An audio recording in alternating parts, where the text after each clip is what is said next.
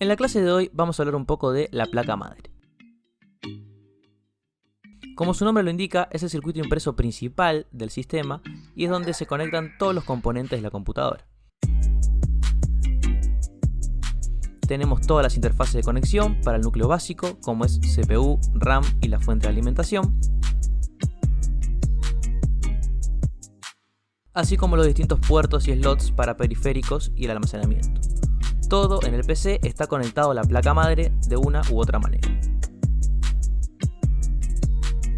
Esto es porque la placa tiene los caminos o buses que permiten la comunicación entre los componentes, y sin estos buses no sería posible el funcionamiento integral del sistema.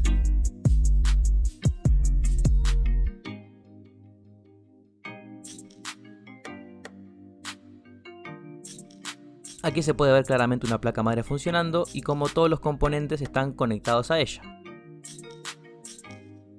ya sea por medio de cables, sockets o puertos. Todo tiene su lugar en la placa y dependiendo un poco de sus características es el sistema que se va a poder armar.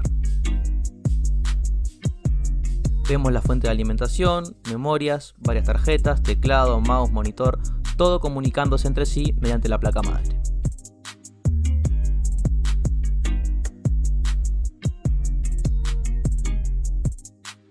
Vamos a ver en detalle qué es lo que tenemos en una placa estándar.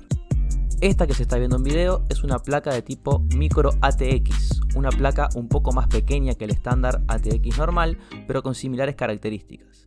Es importante conocer el factor de forma de la placa y asegurarme que el gabinete es compatible para poder montarla luego. Lo primero que llama la atención es el socket para el procesador.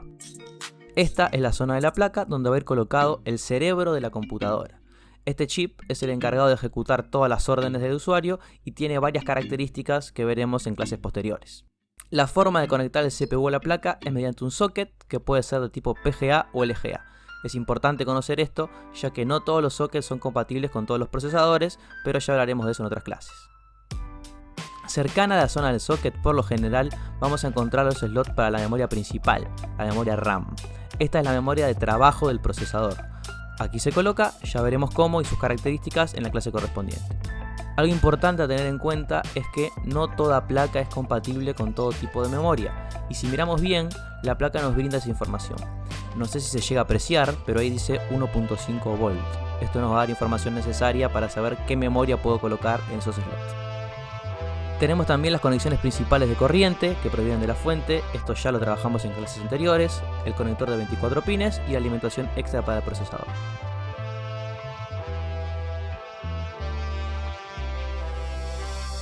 En esta otra placa se puede ver mejor cómo están los conectores de alimentación.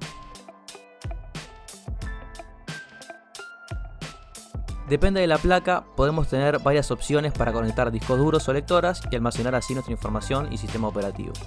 En este caso tenemos puertos SATA, que es de las conexiones más usadas. Tenemos también, dependiendo de la placa, varias ranuras de expansión. PCI Express es la más utilizada y esto nos va a permitir expandir las funcionalidades de mi placa y agregar, por ejemplo, una tarjeta de video más potente, una tarjeta de red, sonido y varias posibilidades más que mi placa no tenga originalmente.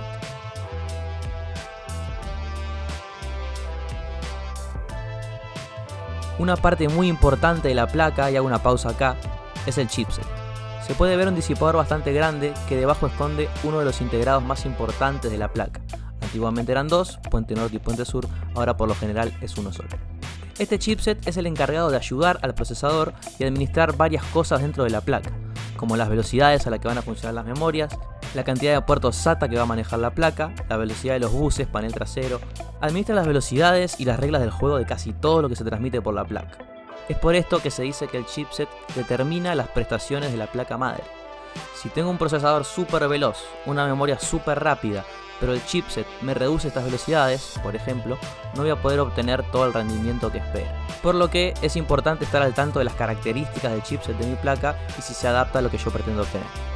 Siguiendo con las partes de la placa podemos ver esto, una pila. Esta pila es del tipo CR2032, así la pueden encontrar, y tiene una función muy particular que me gustaría que investigaran. Pónganme en los comentarios, ¿para qué se utiliza esta pila?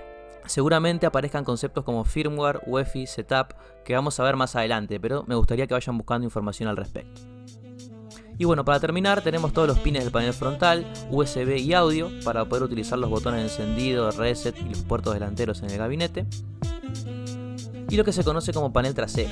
Esto varía de una placa a otra, pero tenemos aquí varios conectores integrados a la placa para conectar periféricos, ya sea monitor, teclado, mouse, parlantes, conexiones de red, etc. Estos puertos van a depender un poco de la placa y de las características del chipset, como dijimos anteriormente.